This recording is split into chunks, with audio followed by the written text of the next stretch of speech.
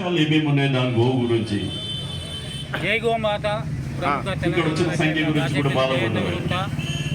గోమాతను జాతీయ ప్రాణిగా ప్రకటించాలని గోరక్షణ చట్టాలను ఖచ్చితంగా ప్రకటన చేయండి. ఈరోజు గోమాతన చేయడం జరుగుతుంది. గోదానం చేస్తే అలాగే అనేక గోవులు ఉండే గానీ చాలా నిర్వాహకులు ఆ గోవు బదులు వెండిని గోదానం చేస్తే పుణ్యం అందరు నిలబడి ప్రత్యేక తెలియజేస్తున్నాము. గోబంధువుగా నేను చెప్పదలుచుకుంది ఏంటంటే ప్రతి ఒక్కరము గోమాతను ప్రత్యక్షంగా మనము కాపాడాలి. అలాగే ప్రతినిత్యము గోమాత పూజ చేయాలి.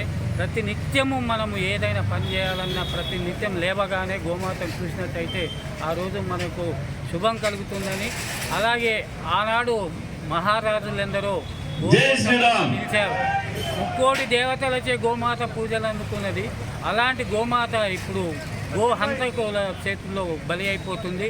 ముఖ్యంగా ఈనాటి పాలకులు తమ రాజకీయ పబ్బం కొరకు, అధికార దహం కొరకు మాత్రమే పనిచేస్తున్నారు. గోరక్షణ చేస్తున్నారు.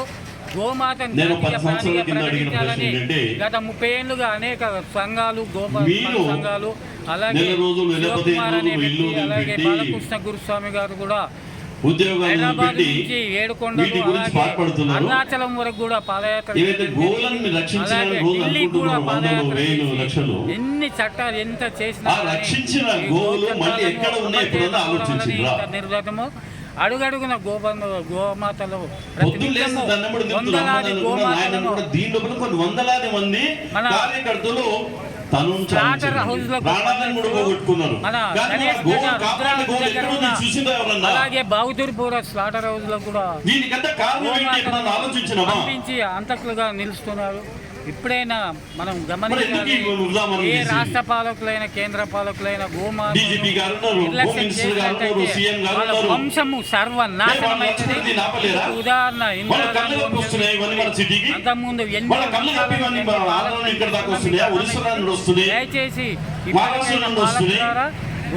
జాతీయ ప్రాణిగా గుర్తించాలి. జై గోమాత. ఎన్ని గోవులు ఉన్నాయి ఇప్పుడు మా దగ్గర? నేను ఒక మధ్యతరగతి రైతు బిడ్డ. మేము అనేక గోశాలను